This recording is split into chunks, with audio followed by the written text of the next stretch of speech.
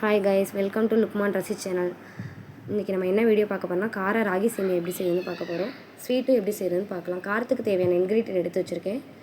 1/2 teaspoon கடுகு, 1 கொத்து கருவேப்பிலை, 1 வெங்காயம், 1/2 டீஸ்பூன் உப்பு, 1 பச்சை மிளகாய், கொஞ்சம் கொத்தமல்லி கருவேப்பிலை நறுக்கி வச்சுருக்கேன். இதோட ஸ்வீட்டு எப்படி செய்கிறவங்களும் அப்லோட் பண்ணுறேன், அதையும் செக் பண்ணி பார்த்துக்கோங்க. ஸ்வீட்டுக்கு சர்க்கரை, தேங்காய், நெய் எடுத்து வச்சுருக்கேன். ஸ்டவ் ஆன் பண்ணிக்கலாம், கடாயை வச்சுக்கலாம். எண்ணெய் 2 கரண்டி ஊற்றிக்கலாம். நான் கம்மியாக தான் ஊற்றிக்குவேன். உங்களுக்கு எந்த அளவுக்கு தேவையோ அந்தளவுக்கு நீங்கள் எண்ணெய் ஊற்றிக்கோங்க. எண்ணெய் நல்லா காயட்டும். காஞ்சதும் 1/2 டீஸ்பூன் கடுகு எடுத்து வச்சுருந்தேன். அது நல்லா பொரிஞ்சு வரட்டும். கடுகு எண்ணெய் எப்போவுமே நல்லா காயணும், அப்போ தான் கடுகு பொரியும்.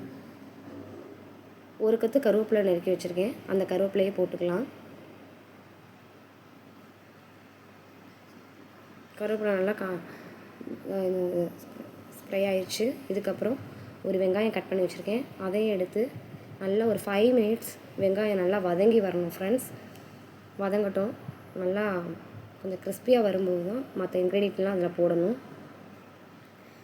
ஓகே ஃப்ரெண்ட்ஸ், நம்ம இப்போ தான் யூடியூப் சேனல் புதுசாக ஆரம்பிச்சிருக்கோம்.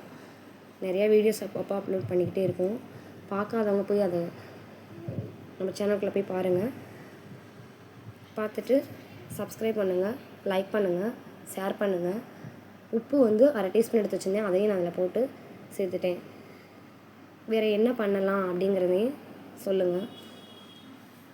எனக்கு வீடியோஸ் போட கொஞ்சம் லேட் ஆகுது, அதுக்கு டைம் கிடைக்க மாட்டேங்குது. இனிமேல் நான் கொஞ்சம் ப்ராப்பராக கரெக்டாக அதெல்லாம் சரி பண்ணிவிட்டு நான் ரெகுலராக கரெக்டான டைமுக்கு போட ஆரம்பிச்சிடுறேன். 1 பச்சை மிளகா கட் பண்ணி வச்சுருந்தேன், அதை சேர்த்துக்கிறேன். இன்னும் நல்லா கொஞ்சம் வெங்காயம் வதங்கி வரட்டும்.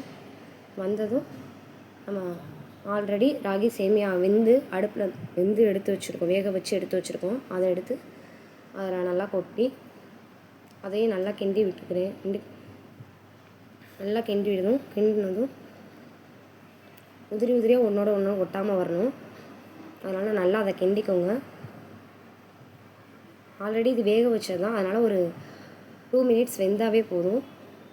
உப்பு அதிலே போட்டு ஆல்ரெடி வதக்கியாச்சு. 1/2 டீஸ்பூன் தான் போட்டேன், நீங்களும் அதுக்கேற்ற மாதிரி பார்த்து போட்டுக்கோங்க.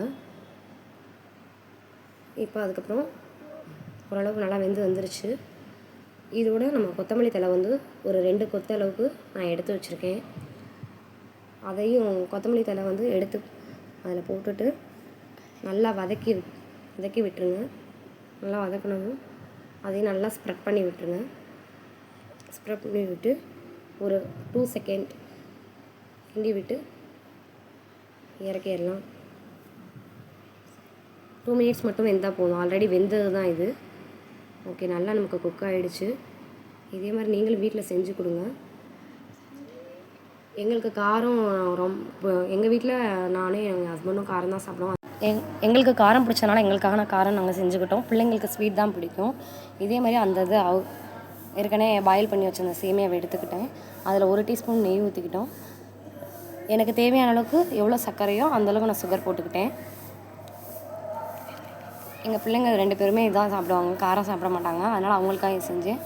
நீங்களும் உங்கள் குழந்தைங்களுக்கு இது மாதிரி காரம் பிடிக்கலாம், ஸ்வீட் செஞ்சு கொடுங்க.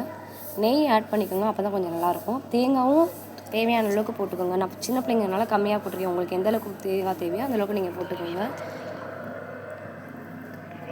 நான் துருவி வச்ச தேங்காய் போட்டிருக்கேன். நல்லா கிண்டி விட்டு நல்லா நீங்களும் ஒரு தடவை செக் பண்ணி ஸ்வீட் கரெக்டாக இருக்கான்னு பார்த்துட்டு கொடுங்க. இந்த மாதிரி கொடுத்தீங்கன்னா குழந்தைங்களும் நல்லா விரும்பி சாப்பிடுவாங்க.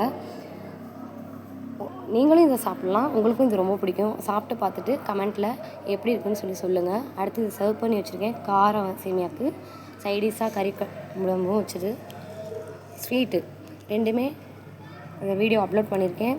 பார்த்துட்டு எப்படி இருக்குங்கிற கமெண்ட்டில் சொல்லுங்கள் ஃப்ரெண்ட்ஸ். அடுத்து என்ன செய்யலாங்கிறதையும் சொல்லுங்கள். ஓகே, இது மாதிரி ஒவ்வொரு வீடியோவும் நம்ம இனி அப்லோட் பண்ணிகிட்டே இருக்கலாம். ஓகே, அவ்வளோதான் ஃப்ரெண்ட்ஸ், இதோட வீடியோ முடிஞ்சு. ஓகே, பாய்.